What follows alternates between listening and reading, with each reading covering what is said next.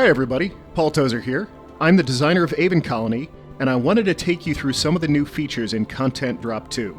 Content Drop 2 is a free content update for Aven Colony, now available on PC, and coming to console very soon. At the end of August, we added a slew of new content in the first free content drop. We added 8 new decoration buildings, a brand new sandbox map, a decontamination unit, and a massive space elevator.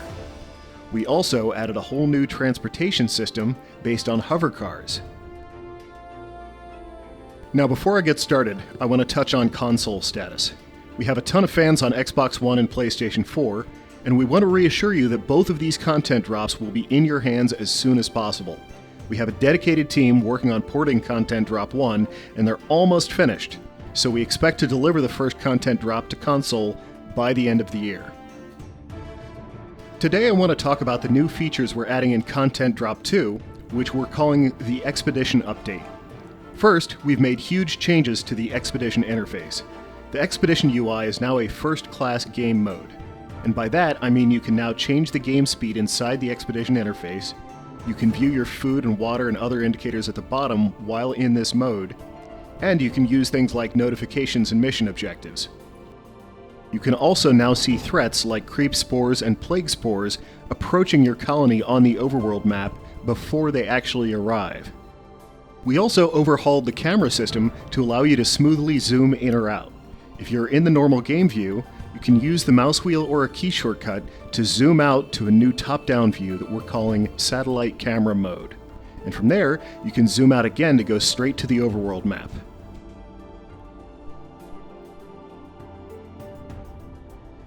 You can also zoom right into the surveillance camera.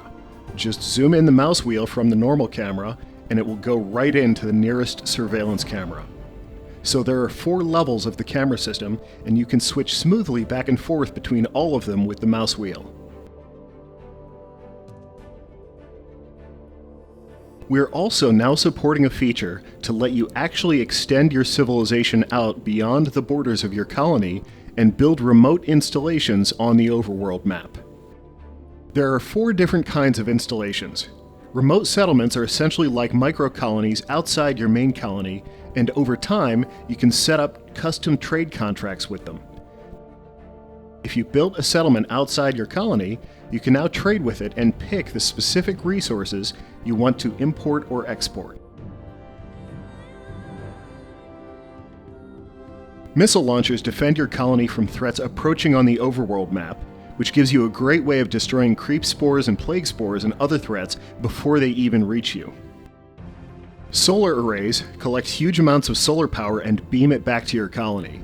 You can collect that power with a special transceiver building, which we'll talk about a bit later in the video. Finally, deep core mines continuously collect minerals from deep underground and give them to the nearest remote settlement so you can acquire them with trade. In order to create these installations, you need to build the new Arc Launcher building.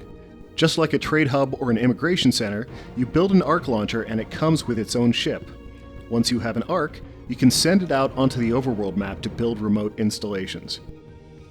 It's important to keep in mind that all of these installations work a little differently from buildings inside your colony. Not only do they cost nanites, but they take some food and water out of your inventory as well, and some of your colonists are also going to be removed from your colony to help provide staff for these new remote installations. In order to support your remote installations, you'll need to build a new residential building called the Colony Terminal. The Colony Terminal is an animating structure inspired by the dynamic tower currently under construction in Dubai. It's divided into segments that can rotate individually to give the inhabitants a better view of the colony around them. The Colony Terminal has several purposes. Not only is it a residential building, it also has a hovercar station built into the top of the tower. It can exchange hovercars with any other hovercar stations or colony terminals nearby. Each remote settlement you build outside your colony needs to be supported by one colony terminal inside your colony.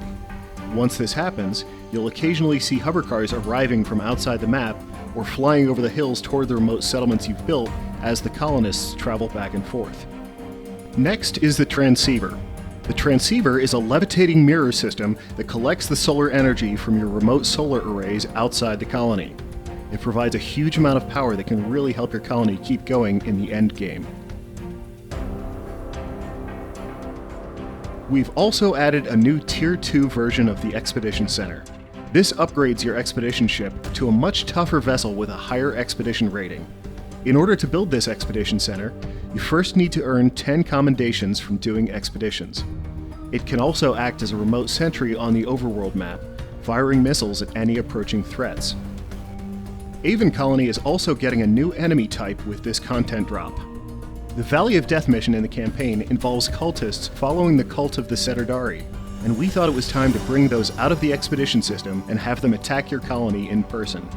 Now, in the last 2 missions of the single-player campaign, you can be attacked by cultists in their airship. Depending on your sandbox map settings, you can also experience cultist airship attacks in sandbox games. Behold, the false paradise of the heathen! We've also completely overhauled the water system in Aven Colony.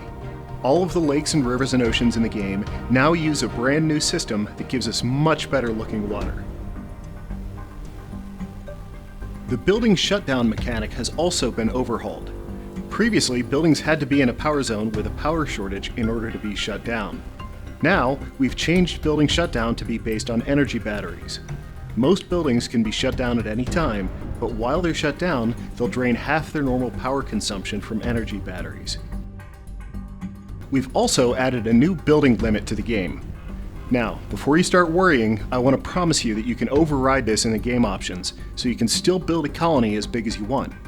But we were finding that some players with low-end hardware were building colonies much bigger than they needed to, and that their graphics hardware couldn't support at a decent frame rate. So, we're doing this to encourage players to build colonies that are a more reasonable size and make sure players with low-end hardware understand the trade-offs involved.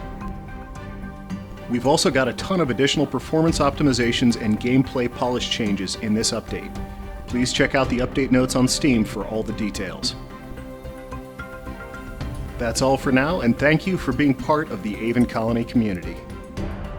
We hope you enjoy all the new content, and we're very excited for all that's yet to come. We hope you are too.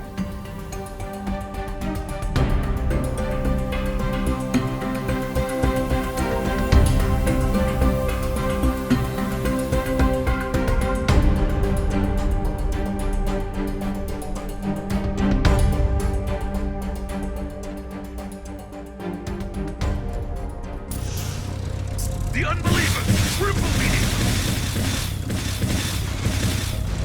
I go, my brothers, and claim my 37 cheeseburgers!